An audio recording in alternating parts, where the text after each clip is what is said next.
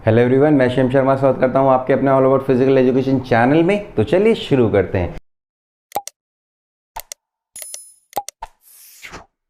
आज हम करने जा रहे हैं पार्ट 3 चैप्टर नंबर 7 का, जो हमारा physiology and injuries in sports है। कौन से क्लास का है? क्लास 12th का है बच्चा, ठीक है।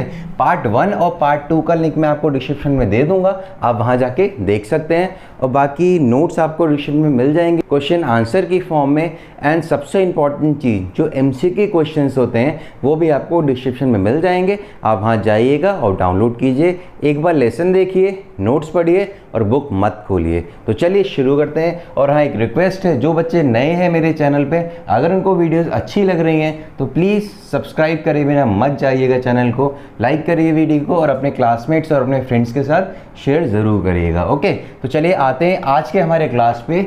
आज हम करने जा रहे हैं अपना मैनेजमेंट ऑफ इंजरीज़।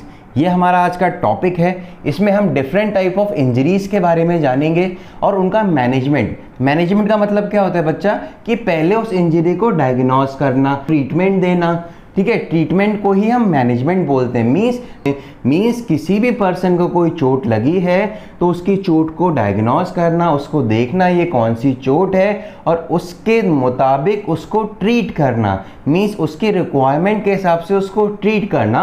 तो that is management of injuries, ठीक है। मैनेजमेंट ऑफ इंजरीज मीन्स हम कैसे इंजरीज को ठीक करते हैं, उनको पता करके ये कौन सी इंजरी है।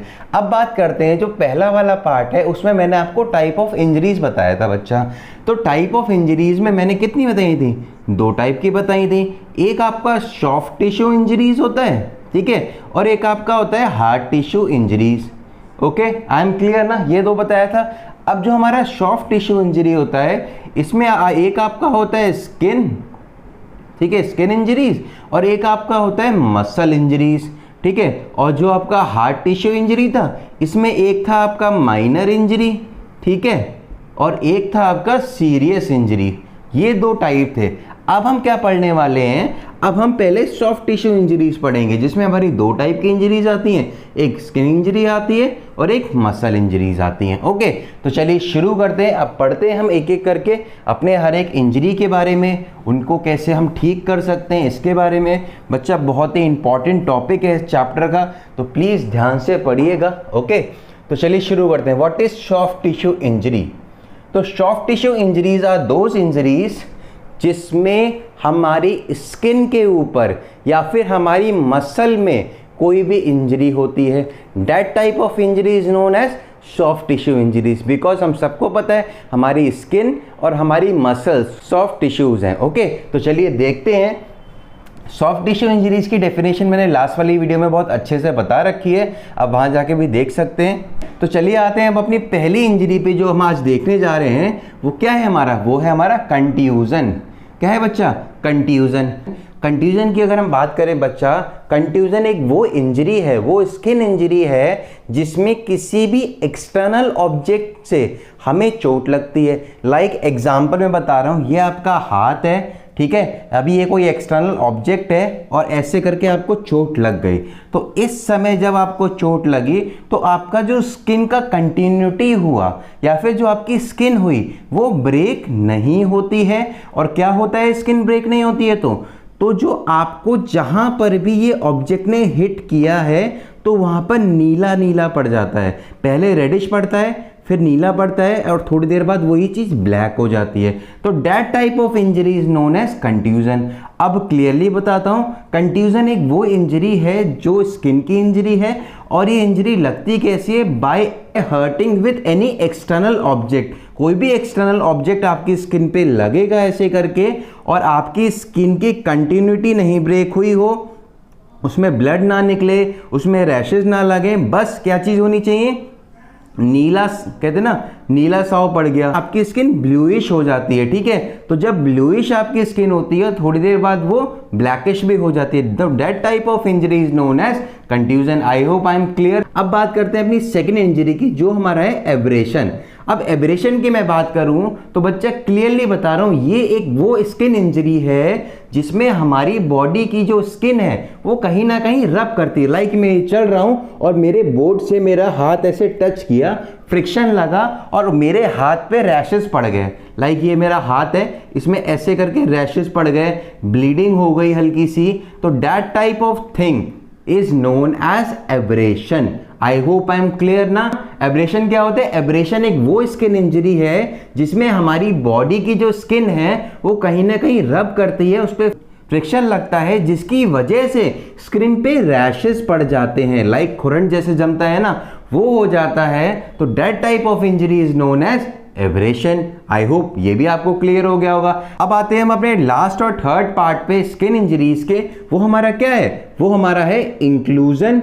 सबसे पहला वर्ड याद रखना, ये इसी वर्ड से ज्यादातर आता है, इंक्लूजन एंड लेक्रेशन। ठीक है, ये जो हमारा इंजरी है थर्ड वाला, ये इंजरी बच्चा एग्जाम में ज्यादातर आता ही आता है और ज्यादातर इंक्लूजन नाम से आता है। ओके, अब हम बात करते हैं कि ये इंजरी होती कौन सी है।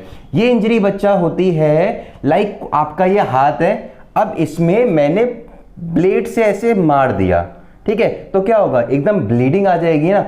तो मीन्स लिक्रेशन और inclusion is a skin injury in which our skin get hurt with any sharp thing या शार्प ऑब्जेक्ट लाइक नाइफ, जिसको हम चाकू बोलते हैं। अब बताता हूं नॉर्मल से, लाइक बता रहा हूं, ये एक हाथ है, ठीक है, इसमें अगर आपको किसी भी एक्सटर्नल शार्प ऑब्जेक्ट लाइक चाकू लग गया एकदम से, ठीक है, या कट गया आपका चाकू से, तो क्या होता है? तो आपको ब्लीडिंग आती है ना बहुत सारी। मीन्स कोई भी शार्प ऑब्जेक्ट से आपकी स्किन पे चोट लगे और उसमें ब्लीडिंग हो, तो that type of injury is known as inclusion. I hope I am clear. मैंने आपको तीनों इंजरीज बता दी हैं। अब एक शॉर्ट रिवाइज करा देता हूं बेटा। जो कंट्यूजन होता है उसमें हमें एक्सटर्नल ऑब्जेक्ट से हिट होता है और हमारी स्किन पे नीला निशान हो जाता है, ब्लूइश निशान हो जाता है, और वो आगे चल के ब्लैक में हो जाता है, ठीक है, और इसमें ब्लीडिंग वगैरह कुछ नहीं होती है।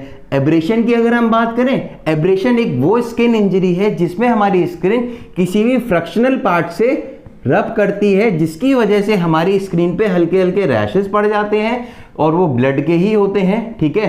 तो that type of injury is known as abrasion.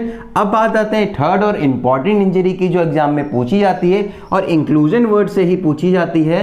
तो इंक्लूजन जो हमारा इंजरी है, वो इंजरी बच्चा वो वाली इंजरी है जिसमें हमारी जो स्किन है वो हर्ट करती है किसी भी शार्प ऑब्जेक्ट से, लाइक चाकू हो गया या कोई पिन हो गया, एनी शार्प ऑब्जेक्ट, ठीक है, उससे हमारी स्किन पे हिट होता है और कट हो जाता है और ब्लीडिंग भी होती है। तो that type of injury is known as inclusion. I hope I am clear. आपको मैंने तीनों इंजरीज अच्छे से समझा दी हैं, तीनों इंजरीज के मतलब बता दिए हैं और आप इसको आराम से लिख सकते हैं क्योंकि आपको क्लियर हो चुका है कि हमारी तीनों इंजरी होती क्या क्या है। ठीक है, अब चलिए इनके थोड़े मैनेजमेंट के बारे में जान लेते हैं कि अगर आपको ये चोटें लगती हैं तो आप इनको ठीक कैसे करेंगे, क्योंकि हमारा टॉपिक तो मैनेजमेंट ऑफ इंजरीज है ना। तो देखिए बच्चा, जो आपका कंफ्यूजन है, इस इंजरीज को आप मैनेज कैसे करेंगे? सबसे पहला जो इसका पॉइंट है मैनेजमेंट का, उसमें क्या है बच्चा कि आइसिंग, आपको आइस लगानी है, अप्लाई करना है आइस, ठीक है। सेकंड आपका क्या है, avoid any injury on that place, उस प्लेस पे कोई भी इंजरी ना लगे उसको आपको अवॉइड करना है। आई होप ये दोनों चीजें आपके लिए क्लियर होंगी। और एक थर्ड पॉइंट आपका है कि कोई भी एंटीसेप्टिक ट्यूब उस पर आप लगाइएगा जिससे आपको आराम मिले। तो ये तीन चीजें आपको लिखनी है मैनेजमेंट ऑफ कंट्यूजन पे। अब बात आते हैं एब्रेशन पे। तो एब्रेशन एक वो इंजरी है जिसमें स्क्रैच पड़ते हैं। तो सबसे पहली बात अवॉइड, ठीक है, हमें अवॉइड करना है फ्रिक्शन, ठीक है, अवॉइड करना है फ्रिक्शन। लाइक हमारे जहां चोट लगी है उस पार्ट पे दोबारा फ्रिक्शन ना लगे या हम दोबारा कहीं पे रब ना हो वो चीज, तो इस चीज को अवॉइड करना है। सेकंड, कोई भी एंटीसेप्टिक ट्यूब लगाना है, लगभग सेम ही चीजें हैं। और थर्ड, आपको आफ्टर आइस अप्लाई करना है, उस पर थर्ड पॉइंट आइस को अप्लाई करना है। अब बात आते हैं हमारे जो थर्ड इंजरी है इसके मैनेजमेंट की बच्चा। तो इंक्लूजन एक वो इंजरी है जिसमें ब्लड बाहर आता है। तो सबसे पहली बात, हमें उस पार्ट को क्लीन करना है एंटीसेप्टिक लिक्विड से।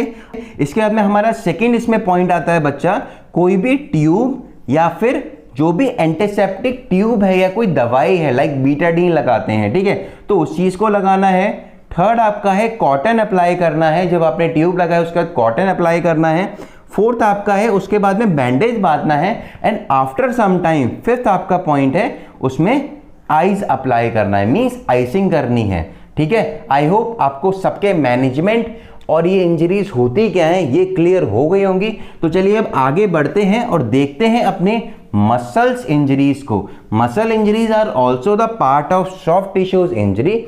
तो सबसे पहली इंजरी बच्चा मसल इंजरी में हमारा है क्रैम्प, ठीक है। देखिए ये जितनी भी इंजरीज हैं ये सारी आप लोग को कहीं ना कहीं अपनी लाइफ ड्यूरेशन में हो चुकी होंगी, तो आप उससे रिलेट करके इसको समझिएगा और लिखिएगा, बहुत अच्छे से आप लिख सकते हैं। अब हम क्रैम्प इंजरी की बात करें तो बच्चा क्रैम्प एक वो इंजरी है, मसल इंजरी है, जिसमें हम अपनी मसल्स को कॉन्ट्रैक्ट नहीं कर पाते हैं। कॉन्ट्रैक्ट का मतलब क्या होता है कि अगर आपका ये हाथ है, आप इसको अपनी तरफ खींच रहे हैं तो आप नहीं कर पाएंगे। क्यों? क्योंकि आपकी मसल में बहुत ज़्यादा पेन होगा, you are feeling very much pain. तो inability of contraction muscle is known as cramp, ठीक है। क्रैम्प क्या होता है? हम अपनी मसल को कॉन्ट्रैक्ट नहीं कर पाते हैं, ठीक है। अब आपको क्लियर हो गया क्रैम्प क्या होता है। अब बात करते हैं बच्चा कि ये जो क्रैम्प है ये होता क्यों है। सबसे पहला पॉइंट है ओवर स्ट्रेचिंग से होता है। सेकंड है doing exercise without taking any rest. Without taking any rest हम एक्सरसाइज करते रहते हैं, तो this is also the reason of cramp.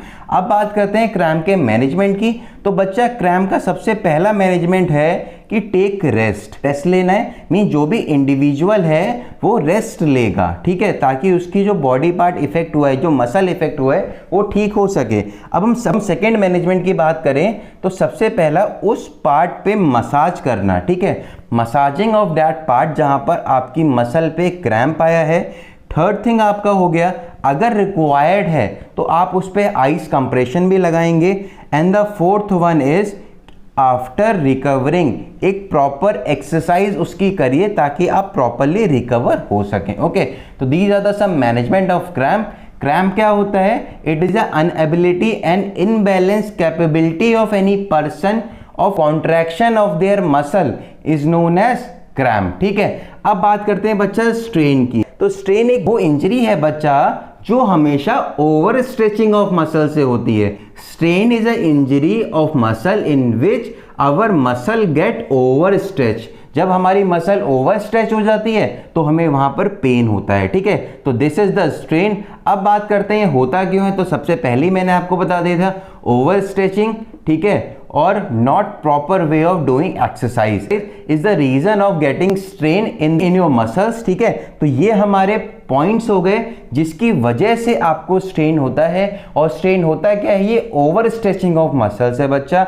अब बात करते हैं इसके मैनेजमेंट की। तो पहला मैनेजमेंट स्ट्रेन में आता है कि आप उस पार्ट को प्रॉपरली रेस्ट दें। सेकंड बच्चा इसमें सबसे इंपॉर्टेंट वही है आइसिंग, कि आपको आइस लगाना है।